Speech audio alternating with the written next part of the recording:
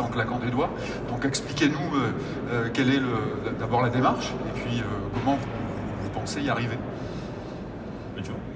Ça marche? Ça passe, ça marche. Oui. Merci pour la question. Je vais répondre en anglais, désolé pour ça. We're going to touch not only big areas that are really important like the cruiserist, but also we're going to be touching the airport. And not one or two, all the airports that we can touch. And we are only going to do Marseille? No, it's Provence. We are talking about all the turismo we can get everywhere. We are having also winning in Barcelona. That means the big area of Barcelona has also a big audience we are going to touch. That means we are going to touch and stay in contact with everybody. So we are going to provide to all these people, not only one or two places, everybody to come here to Provence. That's why we are going to have such a huge audience. We are going to also be creating 15 new versions, not only one or two. So this technology we created together is to do exactly make people stay in contact and provide them the right message so they come here to Provence. Monsieur Bignard, on a vu à l'occasion de la pandémie, dont on n'est pas encore sorti, le nombre de masques qu'on voit dans cette salle, on est le témoin, que le tourisme de masse n'avait plus tout à fait la même cote. On a vu beaucoup d'endroits très touristiques comme Venise, comme Barcelone, puisque Juan Pablo en a parlé à l'instant. Des gens, des riverains se levaient un peu contre ce tourisme, cet envahissement. Comment on arrive à concilier les deux objectifs, à savoir développer à la fois une offre touristique et attirer les gens, sans atteindre une forme de trop-plein qui rendrait la chose moins acceptable localement?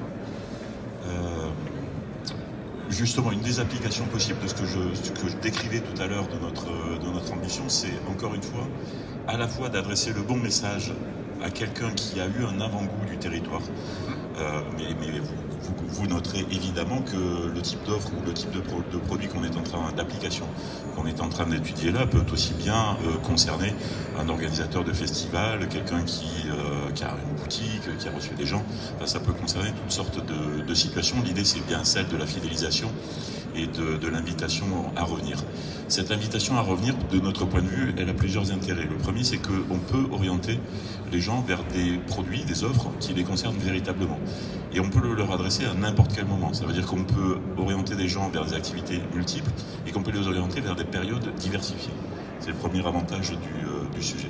Le deuxième, c'est que ça permet de construire avec eux une offre peut-être à plus forte valeur ajoutée et de les orienter vers une consommation locale qui nous intéressera davantage que celle qui, quand on parle de tourisme de masse, concerne prioritairement l'organisateur du flux lui-même, qui a bien entendu intérêt à capter le maximum de valeur sur le passager qui embarque.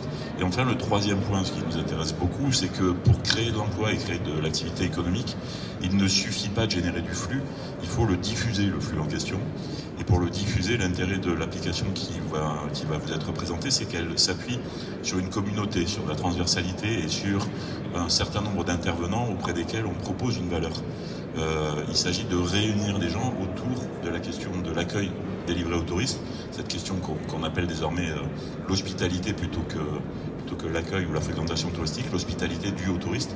Et bien cette hospitalité, elle va s'appuyer sur un restaurateur, un coiffeur, un vendeur de chaussures, enfin bref, une série de personnalités qui décideront d'adhérer à une démarche collective. Et donc c'est le territoire dans son ensemble finalement qui, à travers cette application, pourrait entrer en relation avec un touriste. Et si on est bien dans cette logique de démultiplication, alors il n'est plus nécessaire de raisonner juste uniquement en termes de volume et de masse.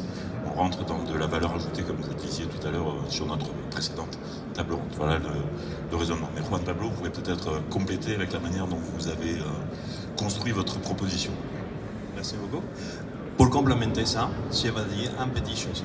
Ce n'est pas seulement le tourisme de masse, c'est le tourisme des groupes. Tous les groupes, c'est possible pour organiser avec la technologie, avec notre technologie. Donc c'est possible pour faire la diffusion, pour faire la communication pour tous les touristes que nous va faire revenir pour la deuxième temps hors saison.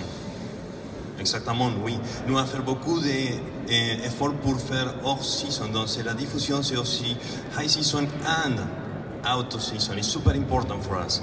and we're going to keep the distribution of the desaturation all the time. That is one of the primary points. Always creating shops, and always taking into account the desaturation, which is super important for us. Thank you. Dernière question, last question. Comment vous collectez les datas dont vous avez besoin pour développer votre application et aller avoir l'information, la petite information touristique qui va vous permettre de convaincre les gens de revenir? How do you collect those data that you need for your Thank you for your question. And to answer, I'm going to invite everybody to come to the stand so you can test the solution. So you can test in first hand, in your own experience, what the tourists will feel, what the tourists will do.